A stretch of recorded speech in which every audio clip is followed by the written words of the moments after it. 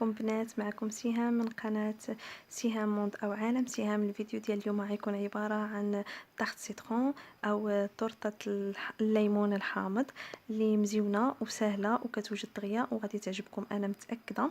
ما تنساوش البنات تشتركوا معايا في القناه وتدعموني بلي لايك ولي كومونتير وتفعلوا ديك الجرس الصغير باش يوصلكم الجديد، وتفرجوا الفيديو من الاول حتى الاخير باش تستافدوا ان شاء الله وتنجح معكم الوصفه. واللي شافت الفيديو ديالي تخلي اشتراك. نبداو على بركه الله بالمقادير. مقادير بسيطه والمذاق ولا اروع.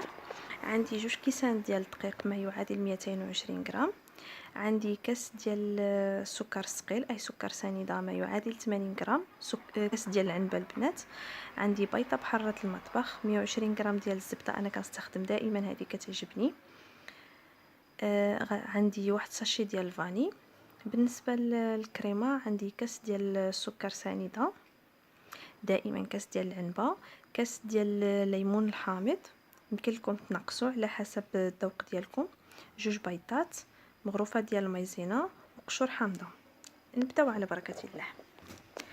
غادي نعمل الدقيق، غادي نجنسوا العناصر الجافه كامله مع بعض، سكر ثقيل والفاني، واحد قبيصه ديال الملح.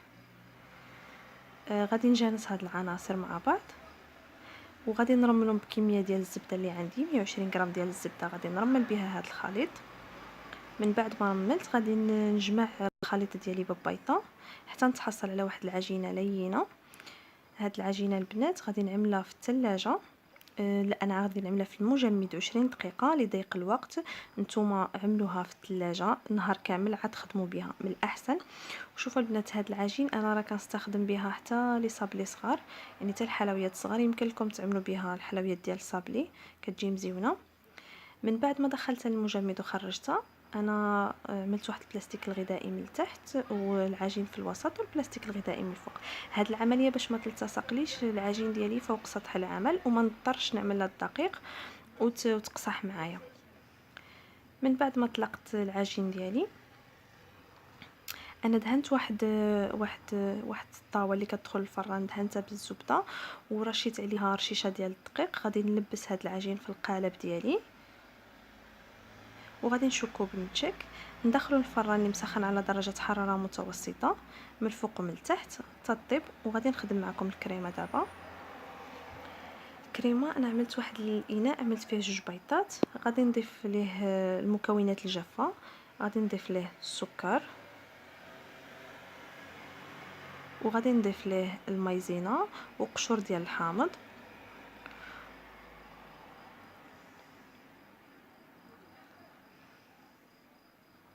وفي كسرونه فوق النار عملت ديك الليمون الحامض ديالي يدفى شويه. يمكن لكم تنقصوا الكميه ديال الليمون الا كانت ما كتعجبكمش الحموضه بزاف. من بعد غادي ننزل ديك الليمون، غادي نضيفوا لديك الخليط ديال السكر والبيض والمايزينا، نخلط العناصر مع بعض مزيان وغادي نرجعهم فوق النار طبعا مع التحريك المستمر حتى نتحصل على واحد الكريمه. هاهي وجدت الكريمه ديالي كتجي على هذا الشكل هذا والمذاق ديالها غزال. وانا كنأكد لكم الا كانت ما كتعجبكمش الحموضه بزاف يمكن لكم تنقصوا الكميه ديال الحامض، يعني تعملوا نصف كاس اولا كاس الا ربع. هنا خرجت لاباط ديالي من الفرن وغادي نعمل عليها هاد الكريمه. غادي ندخلها للمجمد 20 دقيقه باش تبرد ونخرجها. انا غادي نخدم معكم البنات دابا واحد المورانغ اللي ما ذكرتوش في المقادير، ولكن قلت ضروري نوريه لكم باش تزينوا به التورته ديالكم، حيت انا زينته بهذا المورانغ وهو ساهل يعني بسيط ماشي شي حاجه اللي صعيبه. عملت ربع كاس ديال الماء مع نصف كاس ديال السكر. غادي نعمل هذا الخليط فوق النار حتى يغلى مزيان مزيان مزيان حتى نتحصل على واحد السيرو. وفي واحد الاناء اخر غادي نعمل البياض ديال البيضه هو، وغادي نبقى نطربو بالطراب الكهربائي. ملي غادي يبدا يبيض معايا هذا الخليط يعني يبدا يرجع اللون ديالو ابيض، غادي نبقى نضيف له ديك الخليط ديال الماء والسكر اللي دفى شويه ما بقاش سخون بزاف. مع التطريب المستمر البنات طربوا مزيان. هاد المورانغ جاني غير فكره نزين به التورته وقلت نشاركو معكم. باش تعرفوا البنات بلي المغنق ديالكم موجود معكم. الاناء اللي خدمتو فيه غادي تقلبوه، ما غادي يطيح منه والو. اذا ها هو واجد. الا كان باقي راه خصو باقي يزيد التطريب.